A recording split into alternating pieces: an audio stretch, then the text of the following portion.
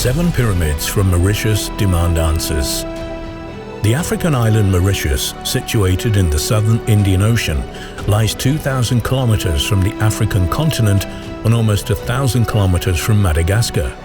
The island is 70 kilometers long and, in its widest part, narrower than 50 kilometers. The population of Mauritius today is 1.2 million people. The first European documents mention Mauritius at the beginning of the 16th century, when sailors arrived from Portugal, Italy and Spain, and then later from Holland, France and England. The conventional view is that there were no inhabitants on the island before Europeans, and only Indian and African immigrants later.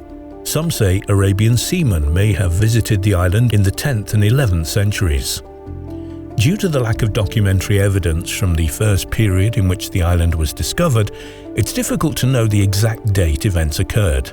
Arabians, who were the first to get on the island in the 10th century, named the island Dina Arobi, Desert Island. It's also known that they were followed by the tribes of Malays, but very little information is available about that period. After the Arabs and Malays, the Portuguese seaman Dominico Fernandes Pereira sighted Mauritius in 1507 and named it Ilha do Sur, the Island of the Swan. The group of islands, which is Mauritius, Rodrigues and Reunion, were named the Mascarenes after the Portuguese captain Pero Mascarenhas. Today, this group of islands is still known as the Mascarene Islands. However, the Portuguese never settled in the country. They used the island as a port of call and a source of fresh foods, as they were more interested in protecting their trade routes with India. Wybrand Wejik was the first Dutchman who visited the country in 1598 and renamed the island after the Dutch stadtholder Maurits, also known as Maurice of Nassau, Prince of Orange. During the first years, the Dutch didn't occupy the island, but regularly visited it, benefiting from its raw materials such as ebony and wild animals, like the famous dodo, pigs, goats and tortoises.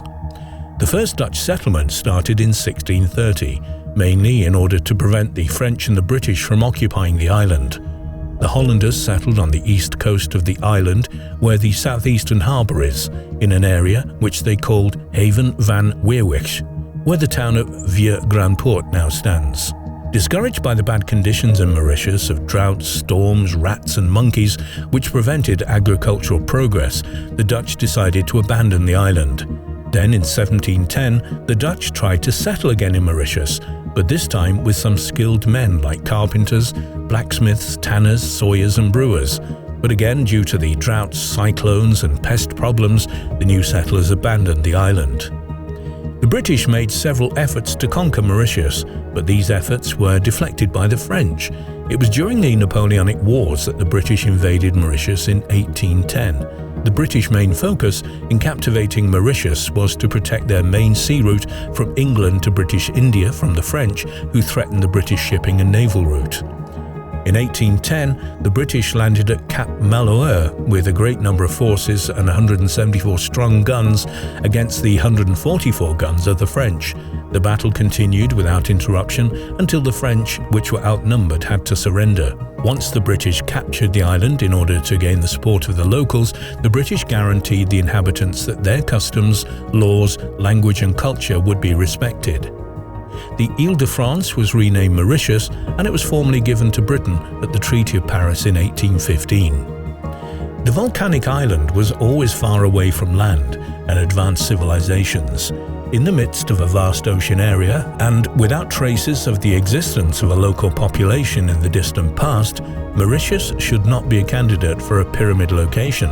However, in the southern part of the island, close to where the international airport now sits, and amidst enormous sugarcane plantations, in the area of Plain Magnen, 7 pyramids are located. Pyramid researcher Dr. Sam Osmanovic, PhD, has visited the island to explore the pyramid structures. The uniform construction reveals the planned nature of these structures. All were built from volcanic stone, and the edges are made of shaped cornerstones. Their design is gradational, stepped pyramids. Each has 4 triangular faces and regular geometry. Atop of each pyramid is a plateau. Stones are processed on 2 sides and they make an angle of 90 degrees. The internal slope contributes to the stability of the building. The east side of each pyramid is orientated towards the Indian Ocean. Also, the deflection of around 20 degrees of each pyramid coincides to the orientation towards the sunset on the 21st of December, the summer solstice. Mauritius is in the southern hemisphere. Pyramid number 1 at Tenerife in Guima has characteristics identical to the pyramids at Mauritius. The volcanic stone was used as a construction material, square stone is processed from two sides, and it's orientated towards the east. Pyramid number 1, the highest pyramid, has 13 steps. It is tall at 15 meters. The dimensions of the regular base are 21 by 28 meters. It's orientated towards the ocean on the east, as is every other of the Mauritius pyramids. Pyramid number 2 has 11 steps and a correct square base of 25 by 25 meters, and it's surrounded by sugarcane fields. The road towards this pyramid goes through densely planted sugarcane, which can grow to 3.5 meters. Pyramid number 3 has 11 steps with the plateau at the top, a rectangular base with dimensions of 25 by 31 and a plateau of 7 by 14 meters. Pyramid number 4 has 7 steps, identical orientation with a square plateau. Pyramid number 5, the so-called White Pyramid, because it's made from lighter colored volcanic stone, consists of 11 steps and has a correct square base of 24.95 by 24.95 meters. Pyramid number 6 has 6 steps, a rectangular base 24 by 28 meters and a damaged central portion. Pyramid number 7 consists of 7 steps, and a rectangular base 17 by 10 meters is converted into a Hindu temple. The same building system is implemented in all steps at Mauritius. Larger volcanic stones line the edges, and smaller stones fill in the internal sections. The compact construction of all 7 pyramids is visible, although there's no bonding material. The structures have remained preserved for a long period of time due, Dr. Sam believes, to the mastery of their ancient builders. The first 3 pyramids lie in a line. Dr. Sam's estimate for the construction of these buildings is that more than 30,000 tons of material was processed, brought to this location, and installed in these structures. 100 people and 5 years of constant work would be necessary for the construction of this complex. Damage is visible, specifically at the base of all the pyramids, Pyramid number 2 for example. The most damage is at Pyramid number 6, where more than 2 tons of material are missing. Present authorities at Mauritius consider these structures as piles of rocks made by local workers at sugar plantations during the 1940s, while preparing the land for sowing. They do not acknowledge any scientific or historical significance to these pyramids. But the discovery of pyramids at Mauritius has global scientific importance. First, the list of countries that have pyramids built in the ancient past is extended for another member. In this list are Mexico, Egypt, China, El Salvador, Peru, Honduras, the Canaries in Spain, Greece, Italy, Bosnia and Herzegovina, Belize, Cambodia, Thailand, Bolivia, Guatemala, Indonesia, the USA, Sudan, Tahiti, and now we may add Mauritius. Secondly, here we have the island that was not populated before the arrival of Europeans at the beginning of the 16th century. There are no traces of ancient civilizations. One thing is for sure, neither Europeans of the 16th through to the 20th centuries nor Arabs of the 10th and 11th centuries are the authors of these pyramids. It's therefore logical to ask who, when, and why. It seems that pyramids at Mauritius present the first solid evidence that in the ancient past, ancient civilizations during their sea travels temporarily stopped by the islands in the Pacific Ocean, Tahiti, the Indian Ocean, Mauritius, the Atlantic Ocean, the Canaries, and the Mediterranean Sea, Sicily, and built neat, compact pyramids from local material. We now face the process of finding answers to newly opened questions. Roman and Nubian Pyramids. The Roman conquest of the pharaohs Egypt in the year 30 BC and the push further to the kingdom of Nubia to the south, today's northern Sudan, 7 years later, gave them their first encounter with the extensive pyramids of Egypt and their Nubian replicas. Impressed by this architecture, the Roman conquerors introduced this to their own peninsula. The Great Pyramid of Romulus, which was built near the Vatican, was destroyed in the 16th century. In an unfortunate event of state-sponsored vandalism, the Pyramid of Romulus was stripped down and its marbles were used for the stairs of St. Peter's Basilica. A smaller one was erected by Caius Cestius. A bit of research into his life tells us of a wealthy Roman priest, a magistrate, and most likely military leader. Outside the city walls in the years of 18 to 12 BC, between two ancient roads, one leading to the Ostia harbour and the other to the Tiber River, Cestius had his pyramid built. 300 years later, with the expansion of Rome and construction of the additional fortification, the pyramid became a part of the defensive wall and therefore has been preserved to the present day. Pyramid researcher Dr. Sam Osmanagic, PhD, has investigated this monument. The pyramid has a square base of 100 Roman feet, approximately 29.6 meters, and a height of 125 Roman feet, 37 meters. Its slope of 70 degrees is an elegant copy of the Nubian Pyramids, as well as those of the pharaoh's dynasty of Ptolemy, which the Romans had conquered. The pyramid is made of concrete, and this allowed for its sides and slopes angles to be very precise. The concrete is covered with marble pieces which are beautifully fitted together. Its height is greater than both the modern Parisian pyramid and the Mayan pyramid of Kukulkan. Some 20,000 tons of material is contained in this construction. Inside there's a rectangular chamber of 5.95 by 4.1 by 4.8 meters. This room was completely closed off with no access. When in 1660 they tunneled into it, it was found to be richly decorated with frescoes, but almost nothing of this remains today. No furniture, statues, bones, tools, or organic material were ever found there. Bronze statues and marble columns were found around the pyramid in the 17th century. At that time, there were two bases of marble found near the pyramid, where there probably had been statues. The pyramid was surrounded by a low wall. Caius Cestius was signed on the east side of the pyramid, where they mention, chiseled in the marble, that he was the son of Lucius of the Pabili family. Reconstruction of the interior of the pyramid has been going on since 2001. Following the trace of this harmonious structure, one can trace its design in what's now the Republic of Sudan. If one is coming from the capital Khartoum, it takes more than 200 kilometers to reach the remains of an ancient city that rises from the arid and inhospitable terrain. Another option is to cross the border between Egypt and Sudan in the valley of the River Nile known as Nubia. Nestled between the sand dunes, the secluded pyramids seem to have been forgotten by the outside world. There are no facilities to serve and support tourism. The ancient civilization of Nubia was a rich and powerful African culture just south of Egypt up the River Nile. The two had a long and varied relationship, from trade and conquering and subjugation.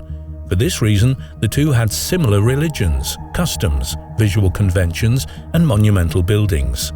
The pyramid tradition was actually brought back by the Nubians long after it had ceased to be used by the Egyptians. The form was significantly different, being smaller, more steeply sloped, and more numerous, serving whole families. They also had eastern-facing temples for offerings, facing, and presumably used at sunrise. The pyramids are found on the east bank of the River Nile near a group of villages called Bagra Aiwa. They got their name from the ancient city of Mirau, the capital of the Kingdom of Kush.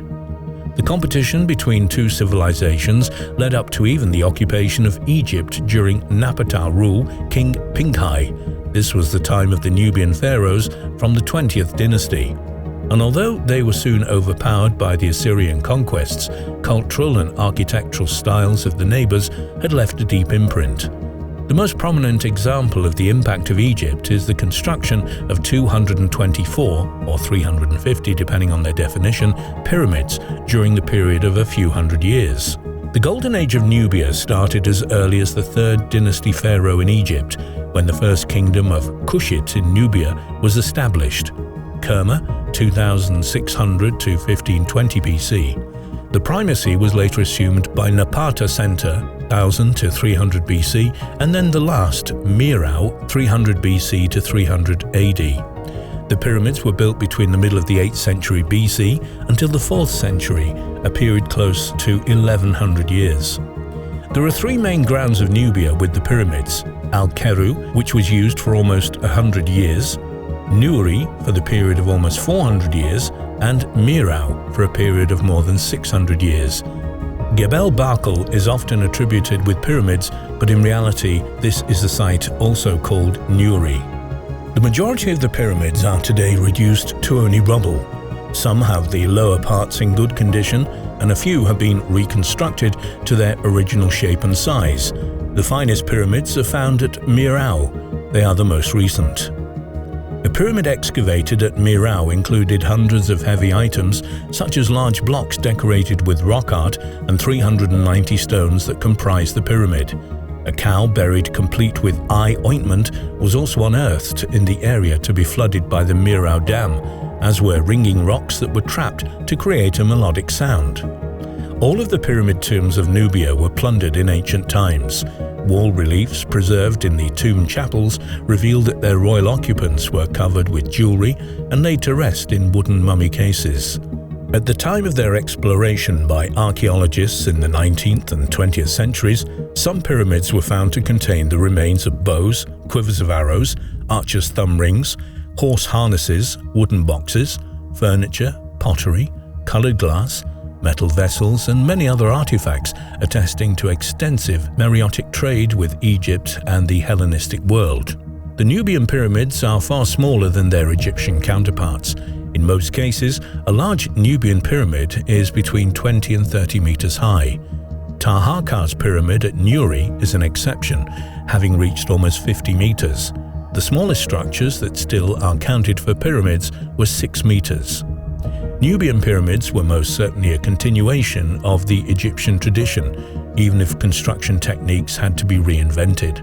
They were very faithful to their Egyptian ideal, built with a substructure and a chapel for ceremonies.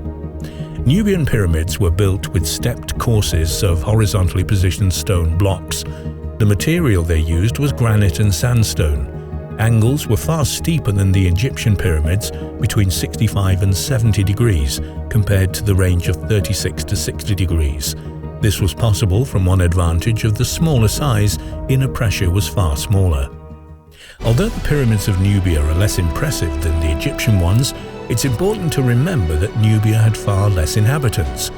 But the Nubians built far more pyramids for each generation. A larger part of the royal family were buried in a pyramid, unlike in Egypt. As it's very well known, no mummies have ever been found in Egyptian pyramids. The pyramids weathered and decayed over the ages, following the collapse of the Nubian state.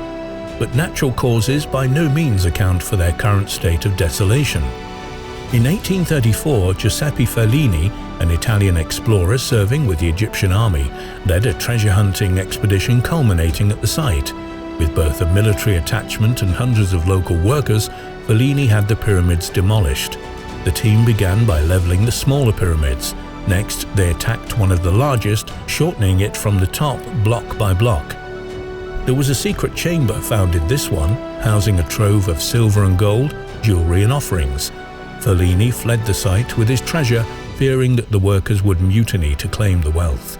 This provided a grave precedent, leading British Museum curator E.A.W. Budge to later fruitlessly dynamite the tops off the remaining pyramids. The Koh Ker Temple complex is located in northeast Cambodia. The conventional story reads as follows. A general, Jayavarman, succeeded from the central government in Angkor, a city of millions, from where his uncle ruled the entire Khmer Empire. Jayavarman built a complex of more than 70 temples, proclaimed himself a king, and Koh Ker became his capital city. The history remembers him as Rogue King Jayavarman IV. In addition to visiting the Angkor complex of the pyramid temples, the purpose of pyramid expert Dr. Sam Osmanich's journey to Cambodia was also to visit the Koh Ker Pyramid. After seeing many temples, he arrived at the conclusion that the Koh Ker Pyramid is the only pure, actual pyramid on the territory of Cambodia. It seems to have nothing in common with other pyramidal temples, which are richly decorated with Hindu symbols. Koh Ker is situated 115 kilometers from Siem Reap and Angkor Wat. Every year, several million tourists visit the Angkor Archaeology Park. Koh Ker is forgotten. The basic works to prevent further decay were carried out in the 1960s. but no restoration took place. The pyramid stands inside a great wall in a clearing. It's surrounded by artificial lakes. It rises towards the sky. The dimensions Dr. Sam found on the internet were inaccurate.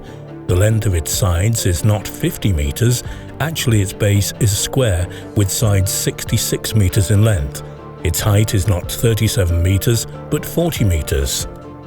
The pyramid is well preserved. It is built of a combination of carved volcanic rock stacked up inside the structure, with sandstone blocks on the exterior. The exterior blocks are of different size, a combination of concave and convex forms with 4 to 6 sides. These uneven dimensions are the cause of the structural integrity of the edifice, maintained until the present. The first level, the stairway, of the pyramid consists of 11 rows of blocks. The second level has 13 rows, and all other levels, 3rd, 4th, 5th, 6th and 7th, have 11 rows of blocks each.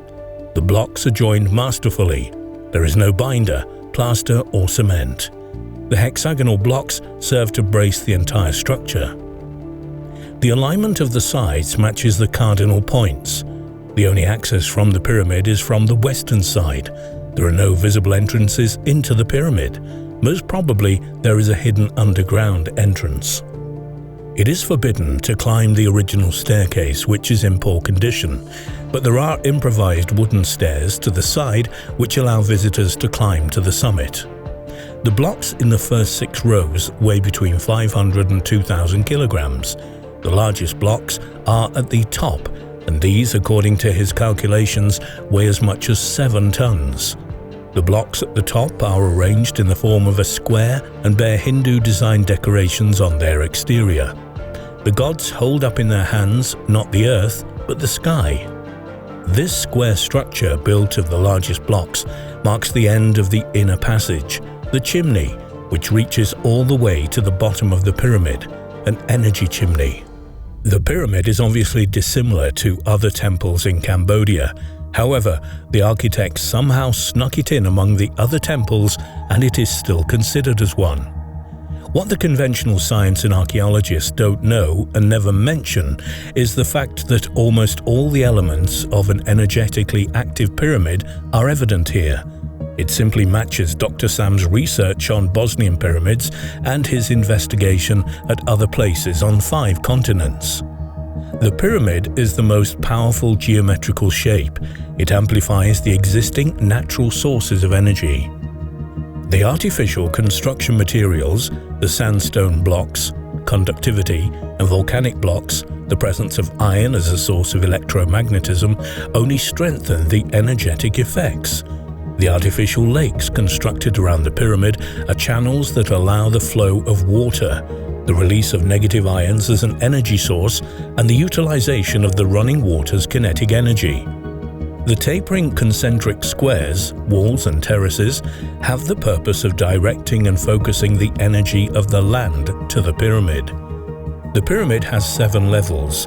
This is a sacred number in the Hindu religion, but odd and prime numbers are also part of sacred geometry as well. They are also in evidence here: 7, 11, and 13. The elements of sacred geometry amplifies the energies. There are vertical interior corridors focusing the energy. The result is that the pyramid acts as an energy amplifier. Sparse ornamental design on the pyramid is evocative of the Hindu religion and the Khmer 10th century ruler. But the right question is, who was the architect who had amalgamated in himself the knowledge of geodesy, astronomy, construction, engineering and cosmology? The architects of the Kuku-Ican Pyramid in Yucatan, Mexico, the Mayan Pyramid in Palenque, Mexico, Tikal, Guatemala, and Copan, Honduras. The Pyramid of the Sun and Moon, Teotihuacan, Mexico, the so-called Cheops and Khafra Pyramid in the Giza Plateau in Egypt, the 20 great Shanxi Pyramids in China, the Bosnian Pyramids of the Sun and the Moon, Bosnia-Herzegovina, the Gunung Padang Pyramids in West Java, Indonesia, all express an identical command of these fields of knowledge, and all of the mentioned pyramids probably have energy beams rising from their tops. The architects carefully arranged the structures, bodies of water, and walls.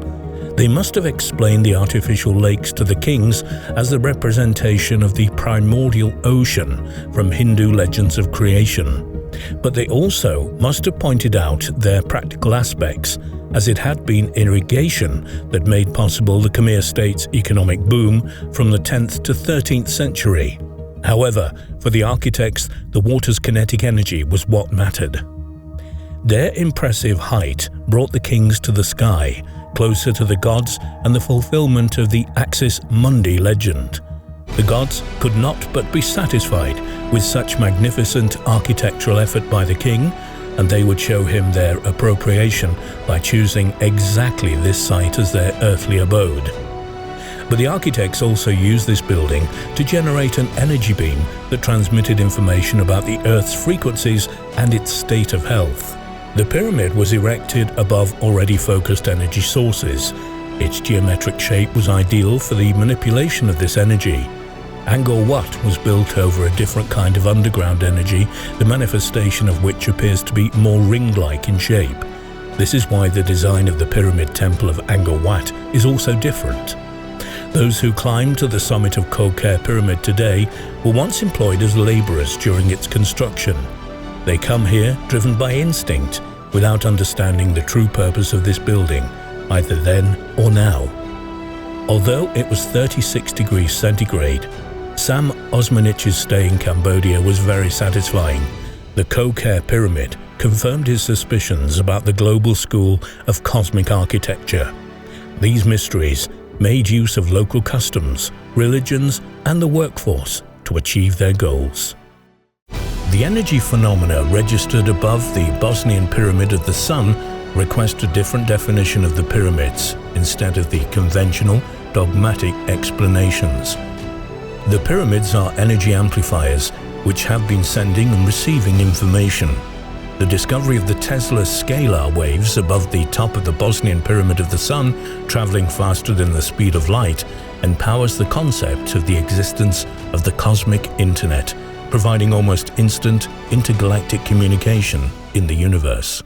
Dr. Sam Osmanagich's research and arguments that the pyramids were constructed all over the world and that the oldest ones are also most superior have led to the situations in which Egyptologists built up the hostility wall in his direction in previous 2 decades. His assertion that the Bosnian Pyramid of the Sun is the oldest in the world has provoked the reaction of the world's most influential Egyptologist, Dr. Zani Hawaz, and banning the Bosnian Pyramid project for many years the access to the leading scientific TV channels in the world. The evidence of the oldest concrete of the best quality in the world, which has been discovered on the Bosnian Pyramid of the Sun, and the existence of the largest network of prehistorical tunnels have caused the written petition of the European Archaeological Association against the research. Of course, the time and the scientific arguments prove that they were wrong. Therefore, the new history is getting written, not only of Europe, but also the whole world as well. But it's not only that the history books are wrong inside our education system, we're taught wrongly, or to say better, programmed with all of the basic knowledge. The physicists, astronomers, and geologists persist with the assertion that the Big Bang Theory created the cosmos out of nothingness and that today it's expanding rapidly. The biologists still support the Darwinism, inclined to say that life is created from inorganic matter, that the evolution is the cause for the wildlife experiment, and that humans originate from a monkey. They were all wrong. The life originates from the intervention, genetic engineering on our planet. The species are changing over a long period of time through the experiments in which the evolution plays only a small role. Homo sapiens is the result of genetic engineering, and of course, we aren't the first of the most developed civilizations in this planetary history. Philosophy, physics, mathematics, and the engineering insights can explain the cosmos, the creation of our planet, and the life on Earth. But along with conventional knowledge, it is necessary to deprogram ourselves and open up to the spiritual knowledge and the sacral geometry in order to understand the energetical essence of all living and unliving matter.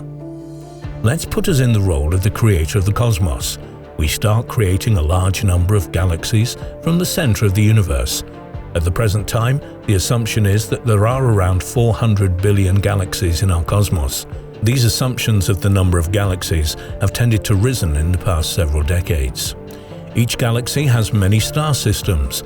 For example, in our galaxy, the Milky Way, it's estimated up to 10 years ago there were 100 billion stars. However, we now speak about 400 billion stars. Amongst these 4 billion is also our Sun.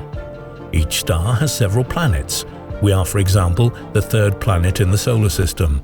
Furthermore, planets have moons, sometimes one, sometimes dozens, and so on.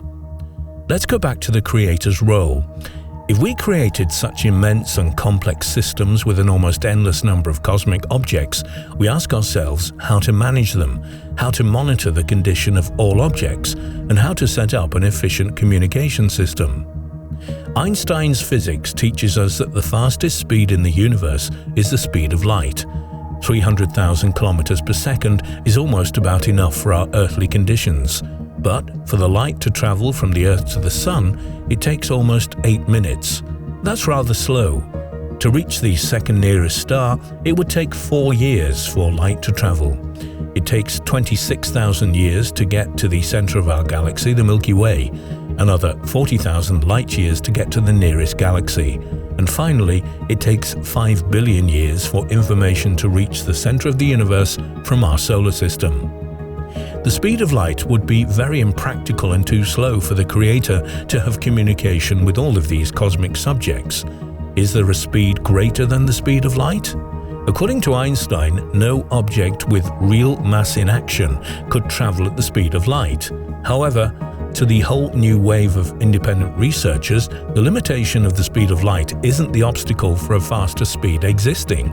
A German physicist, Dr. Konstantin Mail, says that neutrino particles are able to travel faster. For many other researchers, among the most prominent is Tesla. Scalar waves are traveling at faster speeds than the light. It's estimated to be 10 billion times faster than light. Also, the scalar waves can move through any other cosmic body, planets and suns, without wasting energy.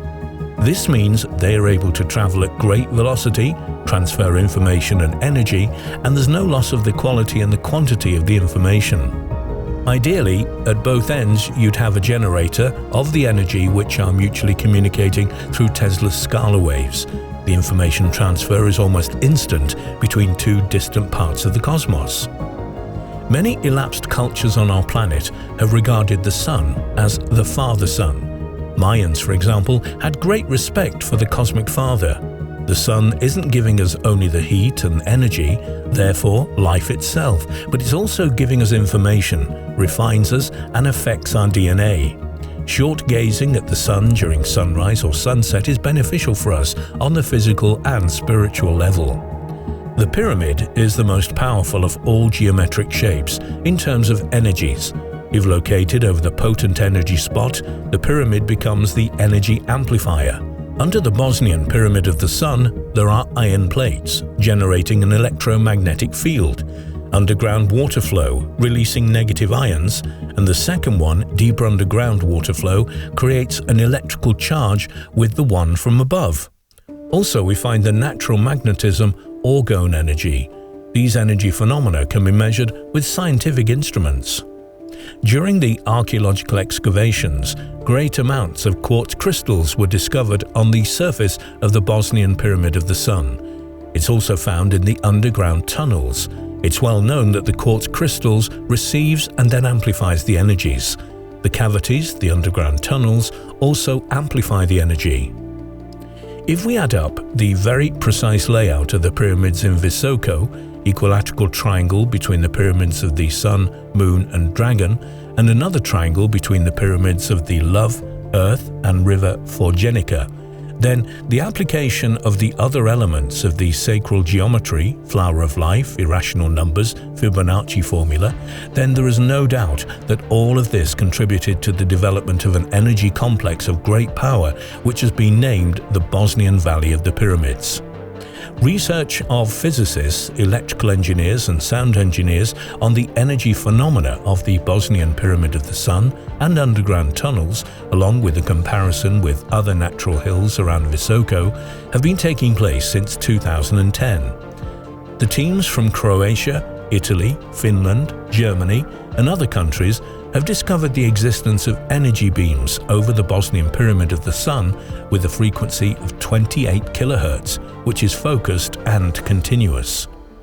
In September 2016, an international team from Serbia, Croatia and Slovenia, led by the engineer Goran Mojunovic from Belgrade, went one step further. They mounted instruments on a drone and took it 50 meters above the Bosnian pyramids. During the flight, it went horizontal every 10 meters on all four sides of the world. The electrical field was measured over the top of the Bosnian Pyramid of the Sun. After 2 months of information processing, the engineer Mojunovic had two revolutionary conclusions. One, the beam over the pyramid top, with the previously established radius of 4.5 meters, is expanding in radius and getting stronger. It's strongest at 21.3 meters above the pyramid. After then it gets weaker, and then at 43.3 meters it has the same value as at the null point on the ground. Or, in engineer Mojunovic's words, the synthesis of the recorded values and the electrical field intensity allocation analysis in vertical and horizontal flats allows us to conclude that the energy field above the Bosnian Pyramid of the Sun has the shape of an oval, uneven ellipsoid with the biggest density of the energy at the height similar to the virtual height of the pyramid. The represented waviness in relation to the intensity and the orientation in the wave mechanics terminology would be 3D standing wave or complex scalar waves. For many years, it's been wondered about the orientation of this energy beam. Is it directed towards a particular solar system, Orion, Pleiades, Alpha Centauri, or towards a particular planet in another solar system? The Earth's rotation of 462 meters per second doesn't give enough time to focus the beam to a particular cosmic object or eventual information transmission. However, the findings of Goran Mojunovic's team give a completely logical explanation for the beam's direction. Namely, they found the following. The analysis of the registered values during the horizontal flight at about 40 meters of height indicates slightly raised values in the south-southwest zone that indicates that the beam is slightly inclined in the direction of the southwest. Considering that the measurements were performed at noon and during the afternoon, it's logical that the energy wave was following the sun's movement. Therefore, the communication between the Earth and its star is ongoing during most of the day. The cosmos with the endless, quick and efficient communication couldn't exist if it's filled up with a vast number of black holes which are expanding and consume all on its way. The cosmos couldn't exist too if it was filled with never-ending vacuums in which there are no particles which facilitate the transport and communication. Therefore, the design system with the existing communication needs another kind of definition of the cosmos and its elements. The creators of the electrical cosmos idea, in which everything is based on electrical particles, has been gaining more supporters because they explain in a logical way almost all the cosmic processes.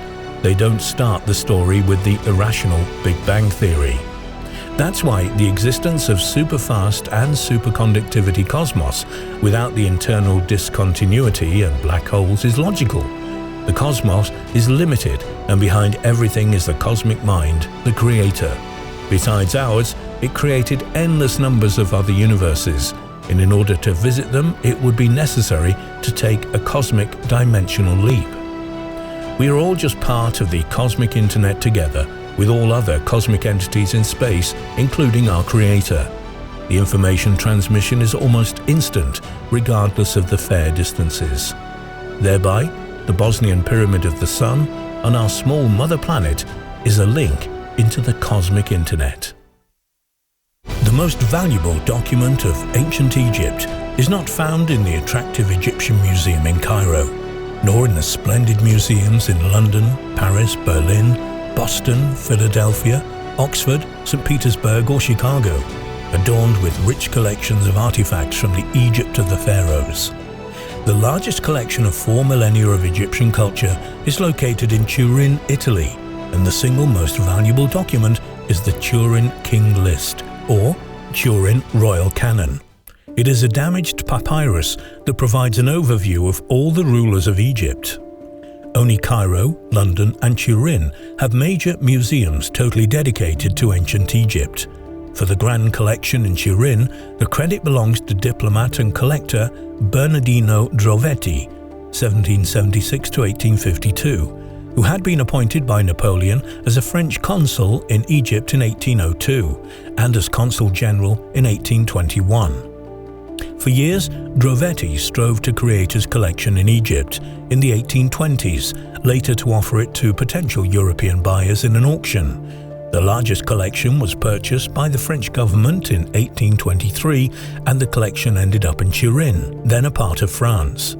With several further purchases of valuable Egyptian artifacts, Turin became a center for the remains of Egyptian culture, which were housed at the impressive Jesuit architectural complex downtown. Pyramid researcher Dr. Sam Osmanagic visited the Egyptian Museum in Turin a couple of times, 20 and 12 years ago. The focus of his visits had been on the largest collection of mummies in the world. However, his third visit was focused on the Turin King List. Drovetti obtained this papyrus, 1.7 meters long and 0.41 meters wide. In 1818 in Luxor, most likely from one of the tombs, packaged it and mailed it to Turin in 1820. During the transport, the papyrus was damaged and unfortunately 50% of the text was lost. The chronology of Egyptian rulers intrigued researchers throughout the world. There are several historical documents which allowed the compilation of this sequence. 9 documents stand out. Den Seal, a pharaoh of the First Dynasty, listing all First Dynasty pharaohs from Narmer to himself. Palermo Stone of the 5th Dynasty, listing the former pharaohs of the 5 dynasties. However, the stone had been broken, so the list is incomplete. Giza King List, created during the 6th Dynasty, selective. Karnak King List, 18th century, highly selective. Abydos King List, 19th century, missing the pharaohs of the first immediate period. Saqqara King List, missing the pharaohs of the 1st Dynasty. Manetho's List, Greek period, the original had been lost, translations have inaccurate editions. All of these lists are, however, deemed complementary relative to the most comprehensive and systematic Turin Royal List, compiled at the age of Pharaoh Ramesses II in the 19th dynasty, i.e. in the 13th century BC. Only this list in Turin contains the names of pharaohs and the years, often even months and days when they reigned. Other lists may have been used for comparison and verification. For instance, some lists excluded and hated foreign rulers, Nubian, Libyan, Mesopotamian. Some others excluded the rulers of different religious persuasions, and so on. In this regard, the Turin list is objective and neutral. Presumably, when it had been undamaged, it included the names of 300 rulers. Sadly, both the beginning and the end of the list has been lost, and some names have been gravely damaged. The papyrus was divided into 11 columns. The first column lists the gods of ancient Egypt, the second, the demigods and mythical kings of ancient Egypt. The third column contains the sons of gods, dynasties 1 and 2. The fourth and subsequent ones list the sons of gods, dynasties 2 through to 5, i.e. mortal rulers. Now we come to the cause of Dr. Sam's interest in this document. The list of pharaohs had been compiled so the rulers could demonstrate and prove that they were direct descendants of gods and that their bloodline reached all the way back to Horus.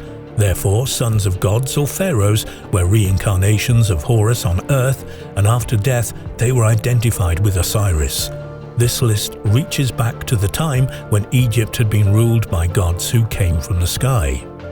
At the end of the list, in its last 2 lines, as a summary of the entire document, it reads, Honorable Shem-Si-Hor, year 13,420, The reign before Shamsi-Hor, 23,200 years. That's a total of 36,320 years. Although the bulk of the first and second column is missing, it's clear that it had contained a record of the first rulers of Egypt who reigned considerably longer than mortal humans. We could make a comparison with the Sumerian king list. In an age more than 30,000 years ago, Sumerian kings ruled on average for 1,000 years each. That had been without a doubt the case in Egypt as well. Certainly, in those times, Egypt looked different. Instead of the present-day desert, northern Africa had been green, with fertile soil and a pleasant climate. That was why the gods rightly selected Egypt as their home. Criticisms of some historians that the age of the gods ought to be discounted and the reign of Egypt's rulers should be counted only from the pharaoh, the first mortal, son of gods, Pharaoh's Menes, are biased and unscientific. If we accept that all mortal rulers, why would we reject immortal ones? Why have such selectivity in science? To take what suits us and what fits our view of the world, and to cast aside what clashes with our own ideas. The Turin king list clearly demonstrated that there had been 9 dynasties that correspond to the pre-dynastic period of the pharaohs.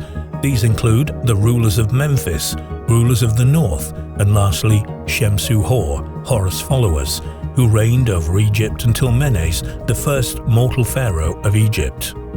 According to Roman historian Eusebius of Caesarea, the dynasty of the gods reigned in Egypt for 13,900 years. The first god, Vulcan, who brought fire to humans, then Sosis, Isis, and Osiris, followed by Osiris's brother, Typhon, and ultimately Horus, son of Isis and Osiris. They had been succeeded by demigods who reigned for 11,025 years. This adds up to 24,925 years, around 3,000 years BC. The first human pharaohs took over as the rulers of Egypt. Manetho also mentioned the age of gods and demigods. He identified 4 dynasties that preceded Menes, 2 dynasties of gods, 1 of demigods, as well as 1 transitional dynasty. The first 2 dynasties included several crucial gods, Ptah, Ra, Shu, Geb, Osiris, Seth, and Horus, and they reigned over Egypt for a period of 12,300 years. They were succeeded by a 3rd dynasty led by Thoth, which numbered 12 divine pharaohs. They reigned for more than 1,500 years. These had to be supplanted by 30 demigods of the 4th dynasty, who had often been referred to as the followers of Horus. The hawk was their emblem, and they reigned for 6,000 years. After the reign of these otherworldly beings, chaos broke out in Egypt. Finally, Pharaoh Menes brought the order and united the lands of ancient Egypt. On the Turin papyrus, the first column lists the gods of an ancient land on the Nile River. The second column, in lines 1 to 10, lists demigods or spirits and mythical kings as described by some. It is to this section of the papyrus that Dr. Sam's eyes were drawn the most. These 2 columns had also been most gravely damaged. A couple of years ago, the museum announced that the damaged sections of the papyrus had been found and that their identification was underway. Let us hope that we'll get new confirmations about these most ancient times. Focus meditation by Dr. Sam on Turin King's list. A lower priest had written on this papyrus following the instruction of the supreme priest. They based it on all other documents. The gods actually existed, it had been a different age, they had flying craft, gods reigned over humans. Museum visitors brought Dr. Sam back to reality. Due to the sheer volume of artifacts on the museum's several levels, few set aside much time to focus on the Turin King list. Contemporary, unbiased researchers will come back to this list and forever shake Egyptologists' dogmas in the future. Egyptian history didn't start 5,000 years ago, but more than 36,000 years before the present.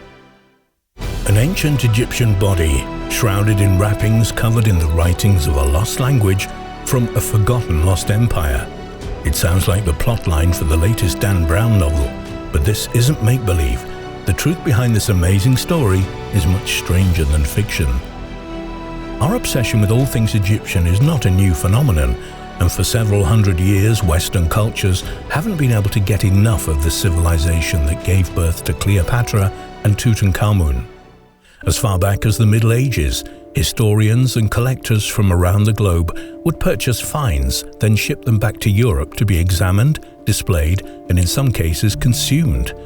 As strange as it sounds, only 100 years ago, it was quite normal for a mummy to be ground into powder, which the buyer would then consume, convinced that the mummified remains contained medicinal properties which could fend off fevers, cure ailments, shrink tumors, and even improve one's libido. By the 1800s, any self-respecting, well-to-do gentleman had an Egyptian artifact or casket on display in their lounge or parlor. But there were only so many pharaohs to go around.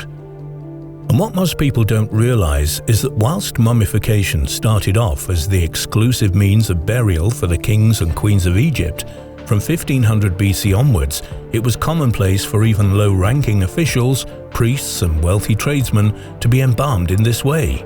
Estimates suggest that during this period, over 75 million mummies were made. So there were more than enough to fulfill the Victorian era's appetite for Egyptology. In 1848, a Croatian official bought one such female mummy whilst on a tour of Alexandria. Returning home to Vienna, he displayed it in the corner of his sitting room. To add to the ghoulish titillation of his new ornament, the buyer had it stripped of its wrappings, which he also displayed in a separate glass case. By 1859, it had been donated to the Archaeological Museum in what is now Zagreb. There she lay for 8 years before a German Egyptologist noticed detailed drawings and markings upon the removed wrappings. Believing them to be hieroglyphs, the Egyptologist did not investigate further, and they were forgotten for another 10 years until a chance encounter with British explorer Richard Burton. Burton was an expert on runes, and he realized that the markings on the linen wrappings were not written in hieroglyphs, but some other ancient language. Although both men considered the wrappings may have been important, they wrongly believed that the writing was an Arabic translation of the Egyptian Book of the Dead and took the matter no further. However, they did understand that the wrappings were put in the correct sequence, could be read as a book, and they became known as the Liber Linteus, which is Latin for linen book. It was not until 1891, when the linen wrappings were examined by ancient language expert Jacob Krall, that the true origin of the markings was revealed. The writings that had encased the body were not hieroglyphs, nor were they Arabic, Coptic, or even cuneiform, for these wrappings were covered in the language spoken by a civilization that had disappeared over 2,500 years ago, the Etruscans. The Etruscans were a powerful and wealthy civilization of ancient Italy who were founded in approximately 700 BC. They inhabited part of the western central Italy, roughly the area of modern Tuscany. The exact origins of the Etruscans remain unclear, and much has been speculated about where they came from, with the ancient city of Troy and even Atlantis being touted as possibilities. A recent theory may help solve the mystery and explain how the Etruscans came to settle in central Italy. Experts suggest that Etruscans originally lived in Sardinia until they were forced to flee the island after a huge tidal wave wiped out almost the entire population. This tsunami of biblical proportions destroyed the once powerful civilization of Sardinia in an instant, leaving only the mysterious megalithic towers that are scattered across the island and remain visible to this day. Sardinia is indeed known as the Island of Stone Towers and is often referred to as Europe's answer to Easter Island. Little is known of the people who once inhabited the island of Sardinia, only that the civilization abruptly came to an end at the beginning of the Iron Age. This coincides with the same period in which the Etruscans made their appearance in central Italy, and recent discoveries have led geologists to conclude that the underwater volcano named Marsili, still active off the coast of Italy, erupted in the 11th century BC. Although it's not certain that the eruption was responsible for the end of the ancient Sardinian civilization, evidence indicates a thick layer of mud covering most of the ancient monuments of that period would suggest a huge tidal wave completely overwhelmed the region. After the destruction of their island, those who survived were forced to escape to the mainland, giving birth to the Etruscan civilization. It's interesting to underline the fact that the Greeks call the Etruscans the Tyrsanoi, which actually means builders of towers.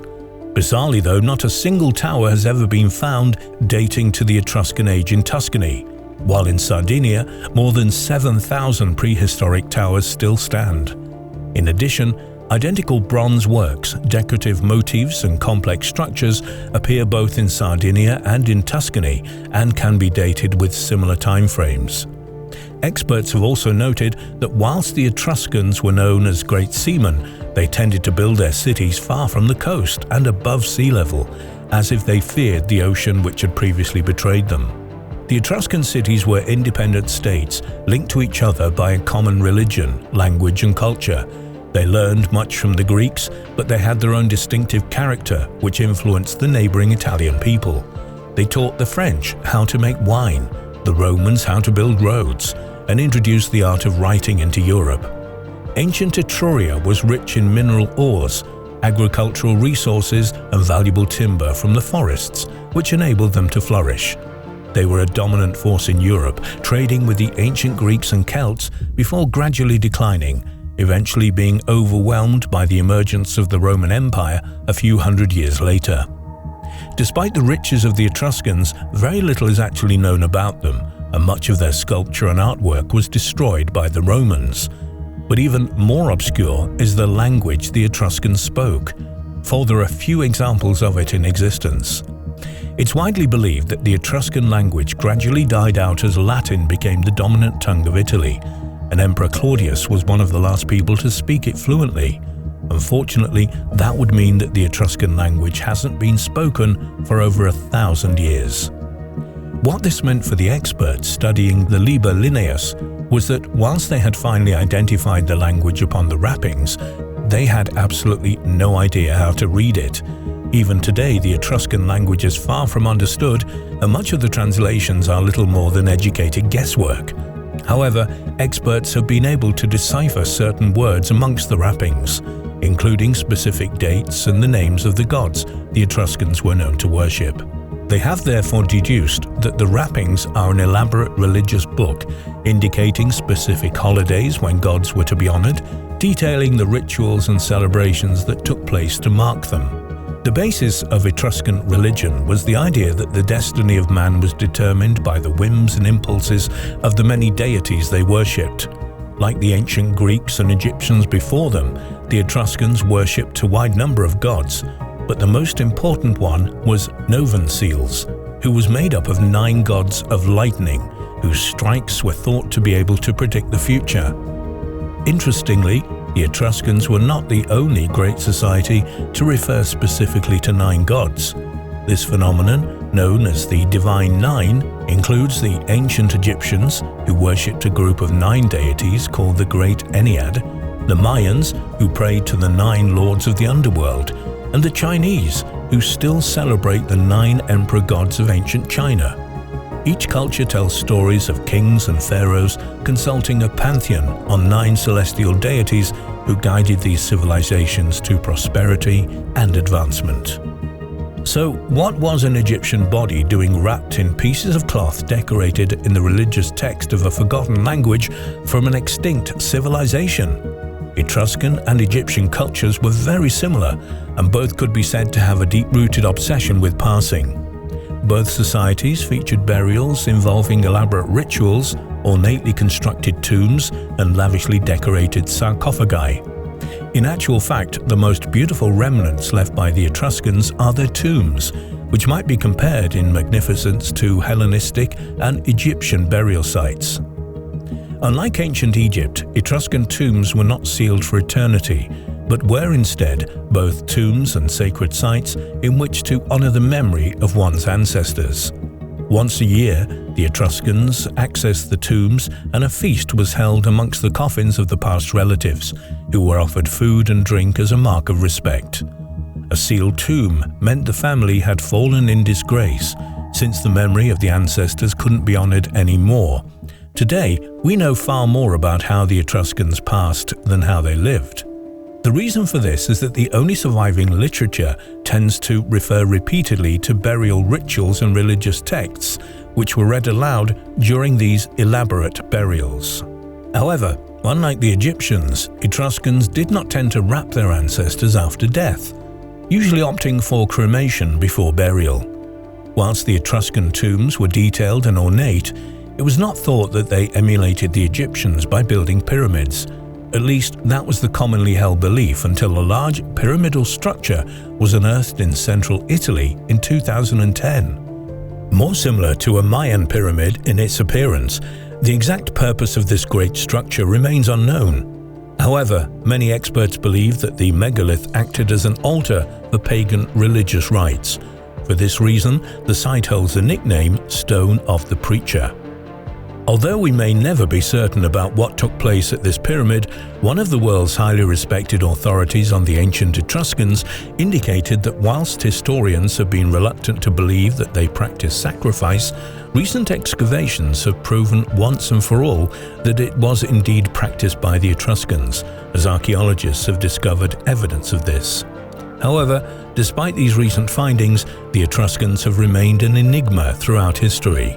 What little is known of them is obtained from the writings of ancient Roman scholars who speak of a people who had mastered the arts of magic and who would command lightning bolts to strike down their enemies.